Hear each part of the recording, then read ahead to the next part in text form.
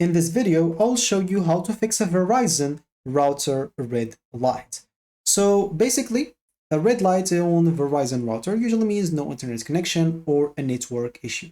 But of course, for Verizon routers, if you have this red light, or maybe if you have another router, it means one of the issues that are here. Maybe you have a hardware/system failure detected if it's blinking slow and red, if it's overheating, if there's a system updates error, or a WPS pairing failure, it will fast blink and red. If it's constantly red and it's not blinking or anything, probably you have no internet connection or there's a network issue. So it's basically not a random thing. So one of the things that you can try is basically restarting the router. Just go to your router and click on the power on and power off option. Or you can just unplug it from the cable and wait 30 seconds. If you click on the button, you'll wait 30 seconds. If you unplug it from the cable, you'll need to wait 30 seconds. Just wait 30 seconds after it turns off, then plug it back in and wait for 2 to 3 minutes and see if this fixes the issues. Normally it got fixed, but if it's a deeper problem, it may not get fixed.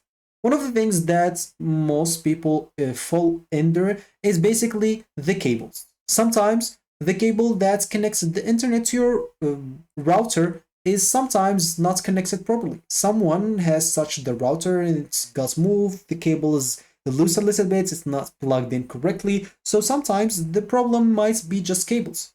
So just check if your power cable is fully plugged and the Ethernet/WAN cables is tight and there's no damaged wire. So if there's a loose cable, you may get the red light. Also, you'd like to check for the Verizon outage. You can use the Verizon app or website and you can check if your area has some outage at the moment. If yes, you must wait because you can fix nothing locally. It will be from Verizon and you'll have to call them as example to check when they are going to fix it back. Of course, they usually have a map as well for you to see where is the outage as is available at the moment. So which area has the outage. You can check it, as I said, from the website or the app. And sometimes you may even get some SMS, like as example, the estimated restoral time of your Verizon service will be at this exact time. Maybe it will be updated or something like that. So you may get SMSs like this. Of course, if you are a FiOS user, you would like to restart it or try to restart it as well. Make sure to find the ONT box, usually it's wall mounted, and plug it and wait for 30 to 60 seconds, then plug it back on. This should restore your fiber connection. If nothing of this works and you have no outage and nothing, you may want to try to factory reset your router. It's basically should be your last option. Just hard reset it. On the power on and off button on your router, it should be around it a small area where you can push something, a needle or something there where you can reset your router. It sometimes could be a button as well that you can click on it. But keep in mind that resetting your router will delete the Wi-Fi name, password, and settings, and you'll have to configure it back.